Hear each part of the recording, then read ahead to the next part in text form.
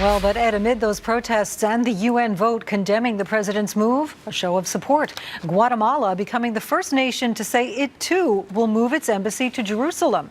Guatemala was one of 7 countries which voted with the U.S. and Israel against that UN resolution. Foreign policy analyst Ari Aramesh joins us now. Thank you for being with us. Good to be with you. Right now, no other country has its Israeli embassy in Jerusalem. Romania, the Czech Republic reportedly considering the move, and now Guatemala says it will. But 128 member nations voted for that resolution denouncing such a move by the U.S. What's your reaction? I mean, don't expect a flood wave of countries now coming to Jerusalem and opening embassies there. In July of 1980, the Israeli Knesset, that's the Israeli parliament, passed a resolution considering Jerusalem as the only solid sole capital of the state of Israel. Only 3 countries after 1980 moved their embassies to Jerusalem. I think it was the Netherlands, Costa Rica, and El Salvador. They all moved out. I think the latest moving out was in 2006 when El Salvador and Costa Rica finally moved their embassies out and went to Tel Aviv.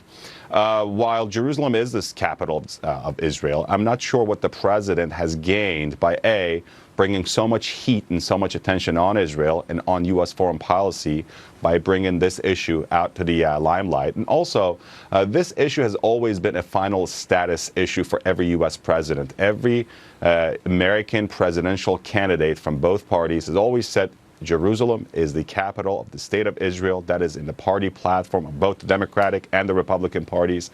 But when he or she won the nomination and when he took over the office at the Oval Office, they always realized to have some credibility as peace mediators between the Palestinians and the Israelis, they would have to leave the issue of Jerusalem as the final status issue, which means when the Palestinians and the Israelis reach the final stages of a peace deal for a 2-state solution, then that bargaining chip, which is Israel, which is Jerusalem being recognized as the capital of Israel, will be handed over and will be sort of recognized as a final status reward. So, as you've made reference to, this decision has sparked protests. So what are the implications for Mideast peace? Not much is going to go forward. Right now, unfortunately, the Arab countries view the United States as a very biased mediator. On the other hand, the government of Prime Minister Benjamin Netanyahu is also not very interested in making major concessions, not to mention the Palestinians on the other side. They're so divided. They have a completely fractured and fractioned government where on the one hand you have Hamas in Gaza that is not interested in peace, and then the Fatah government of the PLO of sort of chairman or President Mahmoud Abbas is so weak that it cannot control any sort of violence or violent reaction, even in the West Bank or in its own capital, Ramallah. So on the other hand, you got other parties here involved that are on the sort of Arab side. You got the Saudis and the Egyptians, and which doesn't seem that they are also entirely interested in peace. Each party here comes to the table with many sort of hidden agendas and interests. Look at the Turks, for instance, right now, that are trying to use the Palestinian issue to galvanize support for a sort of embattled government of Erdogan. And the list goes on and on and on. At the end of the day, people who get hurt are civilians here, Yeah.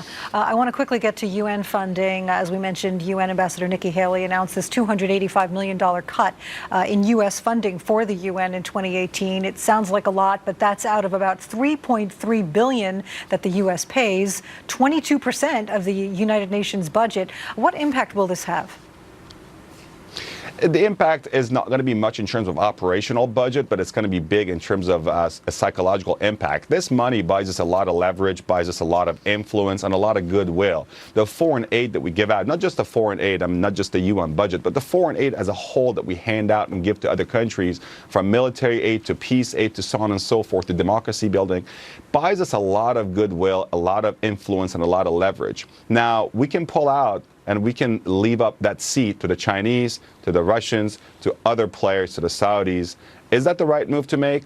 I'd like to see America leading from the front. I'd like to see America funding these organizations and always maintaining a key leadership position, not just here in the Western Hemisphere, but around the globe.